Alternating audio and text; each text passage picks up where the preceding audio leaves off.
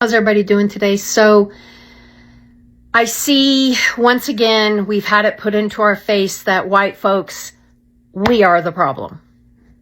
We're the problem. We're the problem. Our refusal to honestly deal with our history of hatred, racism, genocide is a problem. Our inability to see where the unhealthiness of our culture is the problem. Our inability to see how racism and Christianity all tied up in together is a problem, is the problem.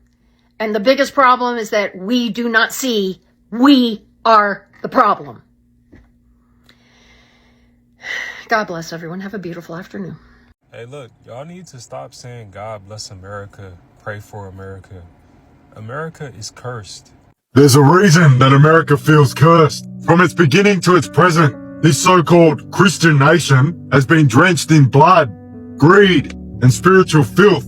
What we're seeing today, the chaos, division, addiction, violence, it isn't random. It's divine consequence. As Allah subhanahu wa ta'ala says, corruption has appeared on land and sea because of what the hands of men have earned, so that he may let them taste part of what they have done, that perhaps they will return. You cannot build a nation on stolen land with stolen labor and expect blessings to flow forever. Now guess what is happening? White folks themselves are finally admitting the truth that America is spiritually cursed because they oppress God's chosen people, who are the black people.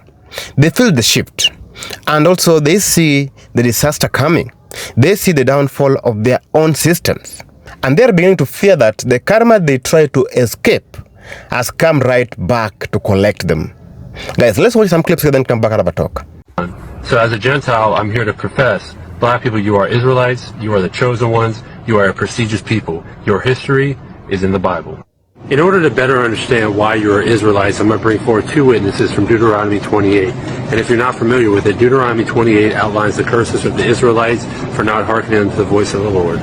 Now I'll bring forth my first witness from Deuteronomy 28 and 15. But it shall come to pass, if thou wilt not hearken unto the voice of the Lord thy God, to observe and do all his commandments and his statutes, which I command thee this day, that all these curses shall come upon thee and overtake thee. So because you didn't keep your end of the covenant, follow the law, statutes, and commandments, you've been cursed. Let's take a look at one of those curses and see if it applies. Deuteronomy 28:66 reads, And thy life shall hang in doubt before thee, and thou shalt fear day and night, and shall have no assurance of thy life. Now, I don't know about you, I live in America. Black people have no assurance of their life, and it's because you're Israelite. There's a reason that America feels cursed. From its beginning to its present, this so-called Christian nation has been drenched in blood, greed, and spiritual filth. What we're seeing today, the chaos, division, addiction, violence, it isn't random. It's divine consequence. As Allah subhanahu wa ta'ala says, corruption has appeared on land and sea because of what the hands of men have earned, so that he may let them taste part of what they have done, that perhaps they will return. Quran chapter 30 verse 41. America wasn't founded on freedom. It was founded on genocide and hypocrisy. Millions of Native Americans exterminated, their land stolen, their children kidnapped into Christian schools, where they were beaten, raped, and stripped of identity. The same people quoting the Bible used it to justify mass murder. Before the US even called itself a nation, it was burning women alive during the Salem witch trials, projecting its own evil onto others. They screamed about witches while committing acts far darker than any spell. They seek to extinguish the light of Allah with their mouths, but Allah will perfect his light. Quran chapter 61 verse 8. What they call purity was actually paranoia, fear, and hatred, the very foundation of their empire. Then came Mormonism, born into the same soil, mixing Christianity with paganism, polygamy, and blood atonement. These were not fringe movements. They shaped US politics and culture, from manifest destiny to God bless America. The nation began to believe it was chosen by God to dominate others. That's not faith, that's arrogance. The Prophet Muhammad warned, arrogance is rejecting the truth and looking down on people. Sahih Muslim 91. And what's more arrogant than a nation claiming God gave it the right to rule the earth? just like Israel is doing right now, and its people, the chosen ones, the very same people running America. Just look at the culture. The United States produces more serial killers than any other country in history. Over 3,000 known cases. Hollywood glorifies cannibals, serial killers, and demonic acts. It celebrates sin as freedom. Even Netflix has turned human depravity into entertainment. This isn't coincidence. This is a mirror, a reflection of the nation's inner sickness.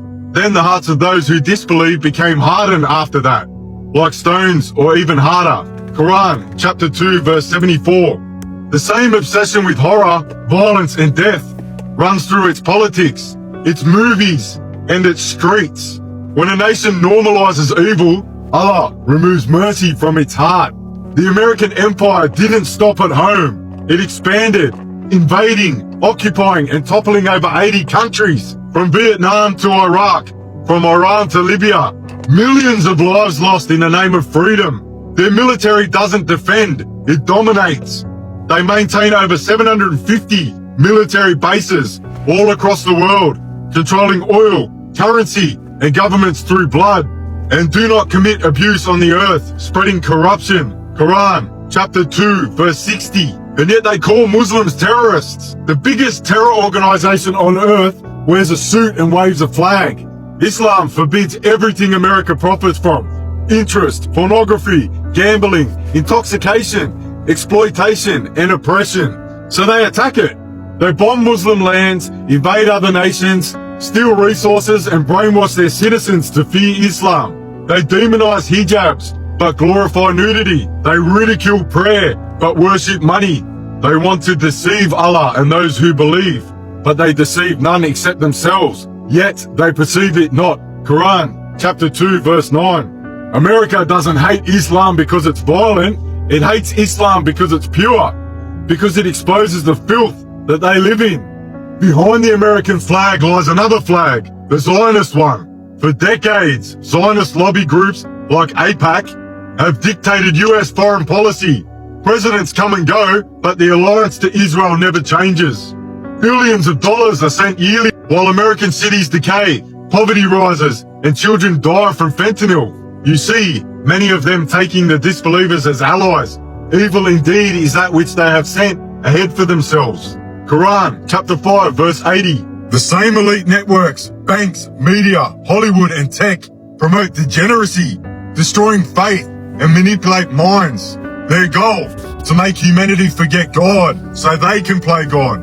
Have you noticed America's obsession with monsters, vampires, demons, and the apocalypse? It's not entertainment, it's confession. Its myths mirror its crimes, from witch hunts to cannibals to mass shooters. America creates monsters because it is one. It projects its own darkness onto screens so people never see it in the mirror. And thus we made the oppressors allies of one another because of what they used to earn. Quran, chapter 6, verse 129. Just look at America now, divided, decaying, drowning in drugs, shootings, suicides, and debt. Its people no longer know right from wrong. They mutilate children, glorify sin, and call it progress. Its youth reject God, its leaders worship wealth, and its military serves Zionist greed. When we intend to destroy a town, we command its affluent ones, but they definitely disobey therein, so the world comes into effect upon it, and we destroy it with complete destruction. Quran, chapter 17, verse 16. That is what's happening right now. America is being destroyed, not by enemies abroad, but by the rot from within. The United States calls others terrorists, but it has terrorized the planet. It preaches morality while funding genocide. It claims to defend freedom while silencing truth. It builds idols of liberty while worshipping satanic systems. And every empire built on blood ends the same way. Rome, Babylon, Pharaoh, and now Washington. Do not think Allah is unaware of what the wrongdoers do. He only delays them for a day when eyes will stare in horror. Quran, chapter 14, verse 42. America's downfall is not political. It's spiritual. The curse it unleashed upon others has come home. You cannot mock God, slaughter nations, and poison the earth without consequence. The land cries out, the blood speaks, and justice is coming, whether through history or through divine wrath. And perhaps then the world will see that Islam was never the enemy. It was the truth they feared all along. Assalamu alaikum wa rahmatullahi wa barakatuh. Peace and blessings be upon you and your families. I don't know if anybody else can see this, but I've always said this to myself, and I've said this to a few people in my family. I think this nation is cursed actively. And you know, we can, you know, I'm getting into the spiritual stuff. I'm getting into my word. I'm becoming a Christ follower. But something in me tells me that this nation, the land that we are sitting on, will never recover. And we can see this, I mean, firsthand. Look at the unrest in our nation. Look how our people have never been okay. Our people have never been at peace with ourselves.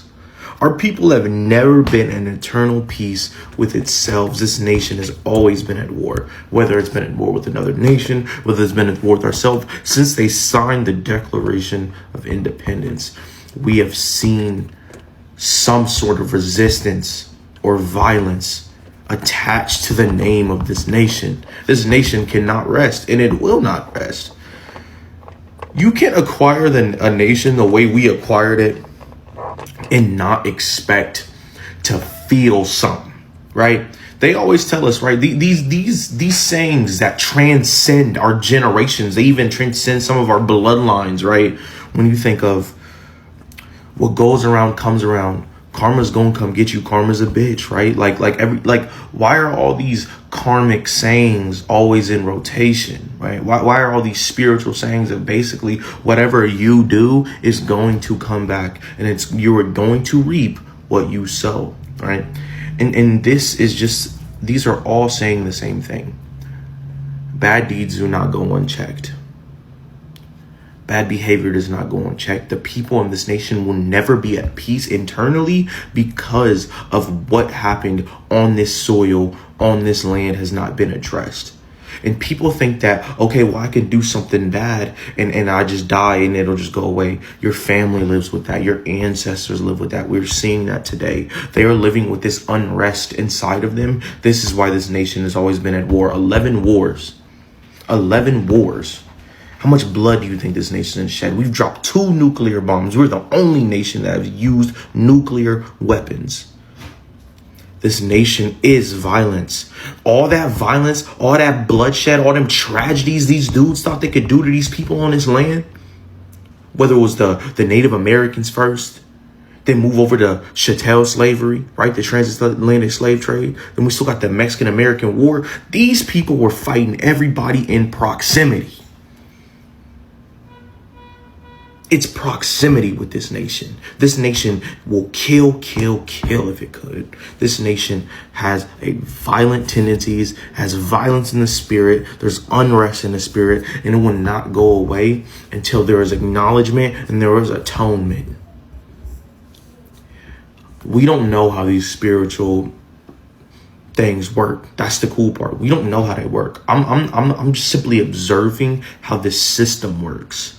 I don't know how it works, though. The inner workings, that's for God to know, right? Or the creator, or whatever you believe in. But whoever you believe in, whatever I believe in, are most likely the same person or thing or being.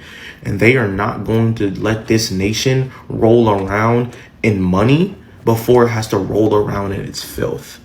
And that's what this nation is doing. It's going to take people to understand that even though they weren't the ones who did it, someone's going to have to step up and take the bullet for this one. So, they have not talked about anything that has happened on this soil. All they care about is money, money, money, money. This nation is destined to fall.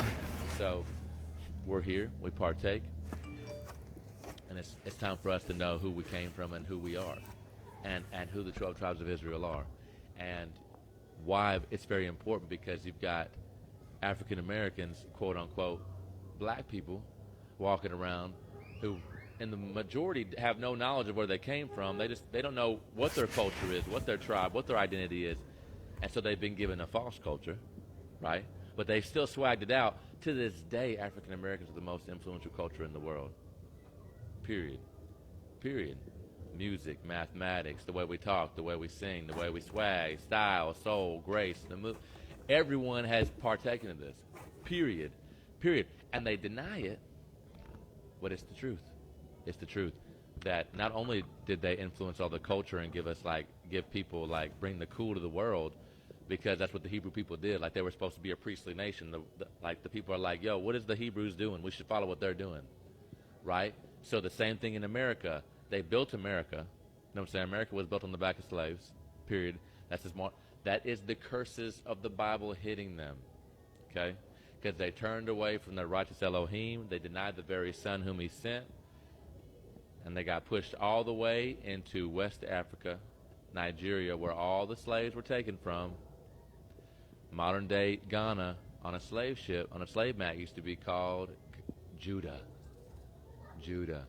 It was the kingdom of Judah because the Jews lived there, and that's where all the slaves came from. Judah, Nigeria, Ghana, Nigeria, and other places too. I'm not saying, but we're saying the majority is the Jewish people. And the reason that all this happened to them and continues to happen to them, right? This genocide, different things that people are fighting for, you know, why all these protests are happening, why the race war is happening in the first place. It's not a race war. This is biblical. This is biblical. And those who have understanding know how to supersede it and go beyond it and begin to see through this whole trash that they call a race war, whites against blacks. It's not about that. We're trying to see the truth. This is biblical. And why this is even happening in the first place is because what happened in the beginning and how the Hebrew people did not live according to the Most High's commands. They did not keep the commands. They turned their back on him. They walked away from him and they dropped the ball. And so now here we are with the Jewish people in the midst of us as African Americans, and no one knows. Some people do know. There's a whole movement. It's a whole movement. But the point being is that we're here to share the good news of that, and then we get to go back and read the prophecies and realize, whoa, what's really going to happen? And now I get it. This has always been about him making the Jew, Isaac, Jacob, and the 12 tribes all black men. Now, I will also preface with this. Separating people by skin color didn't happen until the 1600s, and was based off of white supremacy, period. We didn't even separate people into colors until the 1600 AD.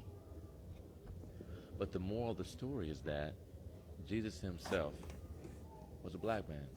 Abraham, Isaac, and Jacob were black men. Okay? The 12 tribes of Israel, black men.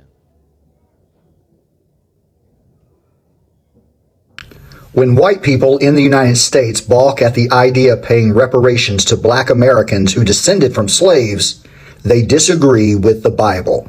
Reparations are a form of compensation or restitution made to those who have suffered injustice, particularly those in cases of racial inequality, discrimination, and slavery.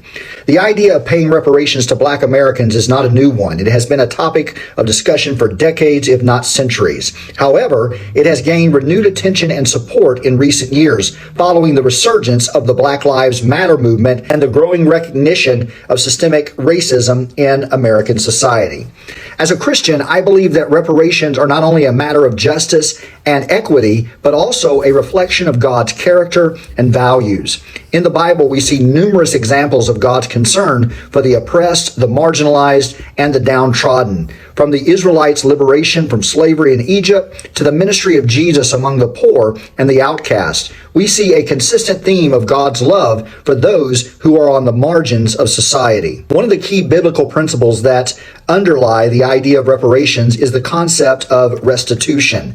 In the book of Leviticus, we see God commanding the Israelites to make restitution to those whom they have wronged. Leviticus 6:1-5 says, "If anyone sins and commits a breach of faith against the Lord by deceiving his neighbor in a matter of deposit or security or through robbery, or if he has oppressed his neighbor or has found something lost and lied about it, swearing falsely in any of all the things that people do and sin thereby, if he has sinned and has realized his guilt and will restore what he took by robbery when he got it by oppression, or deposit that was committed to him, or the lost thing that he found, or anything about which he has sworn falsely, he shall restore in full, and shall add a fifth to it, and give it to him to whom it belongs on the day that he realizes his guilt. This passage emphasizes the importance of making restitution to those who have been wronged, and not just restoring what was taken, but adding to it as a form of compensation. This principle of restitution can be applied to the issue of reparations to Black Americans who have suffered centuries of enslavement, discrimination, and systemic oppression. Another biblical principle that supports the idea of reparations is the concept of Jubilee. In Leviticus 25, God commands the Israelites to observe a Jubilee every 50th year, during which all debts are forgiven, all slaves to be set free, and all property to be returned to its original owners. This was a radical idea of economic justice designed to prevent the accumulation of wealth and power in the hands of a few, and to ensure that all members of society had equal access to resources and opportunities. The idea of Jubilee can be seen as a model for reparations in that it seeks to address the root causes of inequality and oppression rather than just treating the symptoms. By forgiving debts, freeing slaves, and returning property, Jubilee seeks to create a more just and equitable society, one in which everyone has the opportunity to flourish. As a Christian, I believe paying reparations to Black Americans is only a matter of justice and equity, but also it is a reflection of God's values and character. Through the biblical principles of restitution and Jubilee, we see a model for how we can address the historical and systemic injustices that have plagued our society for far too long. While the issue of reparations is complex and contentious, I believe that as Christians, we have a responsibility to seek justice. Now, good people, across the internet, across churches, even in political cycles, white America are openly confessing their fear. Maybe God is punishing this country for how they have been treating Black people. From economic collapse to the wildfires, from flood to racial tensions, everything feels like a divine message. You cannot destroy what God loves, then expect peace. Black people didn't beg for revenge. Black people didn't wish for destruction. All they ever wanted was justice, equality, and peace. But America chose cruelty. America chose racism, and America chose oppression. And now, the system that once protected white supremacy is now turning against its own creators. Inflation is crushing families. Healthcare is collapsing. Jobs disappearing. Privileges no longer a guaranteed ticket to success, because everything they once said Black people were complaining about is now there to haunt them. White pastors are now preaching the truth, while conservatives are also whispering the same truth. The white truth seekers are shouting it loud for the world to hear. They confess that they messed with the God's chosen children, and they are now paying the price, the full price. And history has proven one thing, that every empire that mistreats God's chosen people eventually must fall. Talk of Egypt, talk of Rome Empire, and now America is standing in the next line.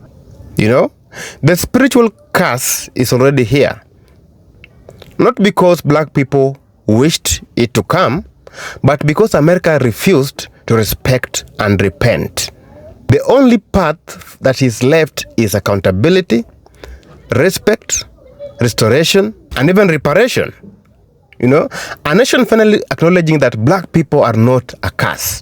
They are the blessing that America has rejected. And let the truth spread. Let justice roll like thunder in America, because God has revealed something very powerful, that the rise of Black people is the final sign that America's time of reckoning has come. Now guys, thank you for watching this video, and of course, if you love our areas of discussion, please subscribe and leave us a comment in the comment section, guys, and may God bless you. Until we meet again in my next video, guys, this is your guy Fred from the motherland. I love you so much. Not only is America not a Christian nation, but according to this American lawyer and theologian, it's a demonic nation. Let's talk about it. Hi, I'm Colton. I grew up a Pentecostal pastor's kid, went to school to get degrees in historical Christian theology, and I don't think January 6th is anywhere close to one of the worst things that's happened in American history, but it is a particularly good illustration of what this video is about.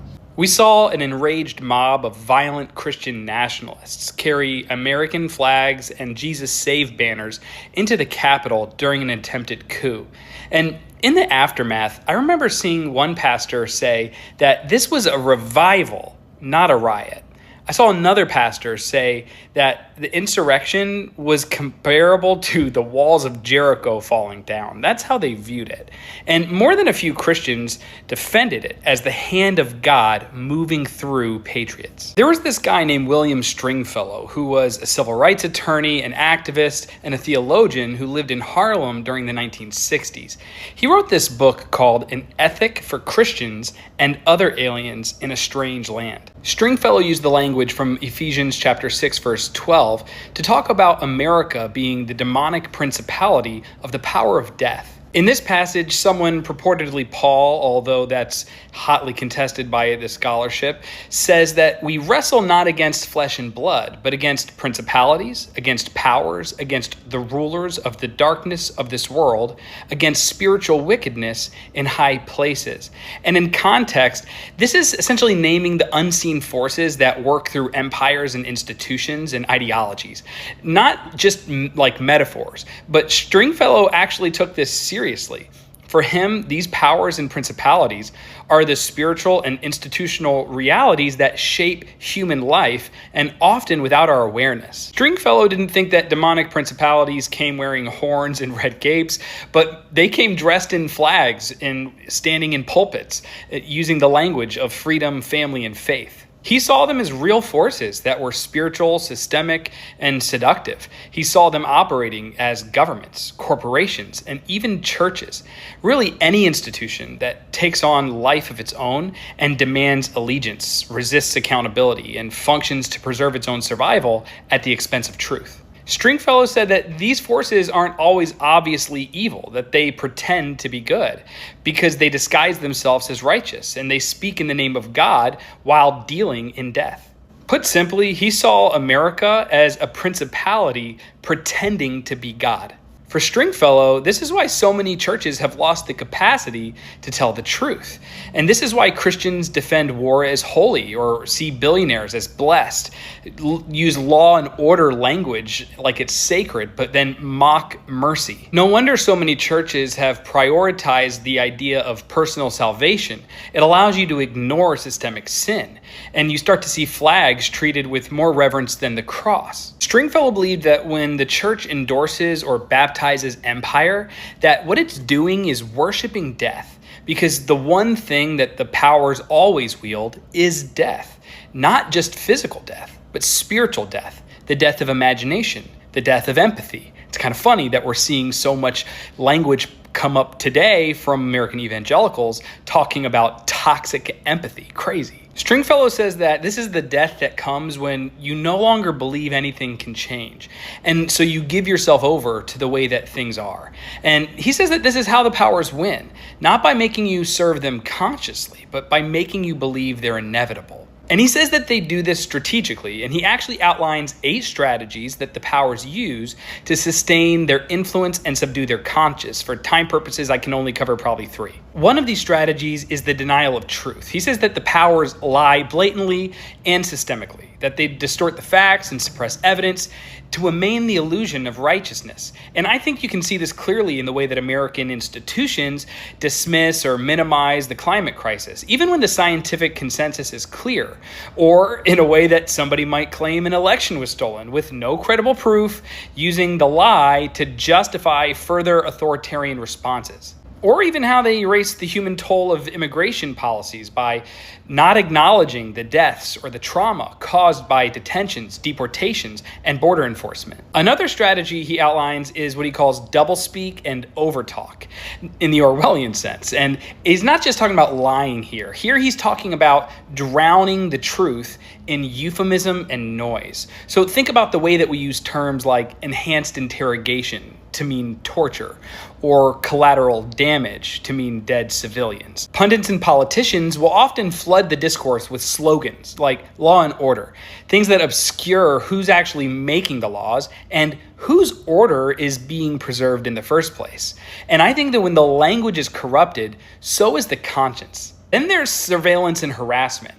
Stringfellow says that powers protect themselves by targeting dissent. And you can see this in the way that law enforcement agencies are starting to track protesters with facial recognition, or even as quietly as IRS audits and donor blacklists for faith leaders who challenge Christian nationalism. That's happening. Keep in mind, this was written in the 1970s, the early 70s. He talks about journalists facing threats for exposing state or corporate wrongdoing, and clergy who speak out being dismissed as, just political or divisive or even unpatriotic.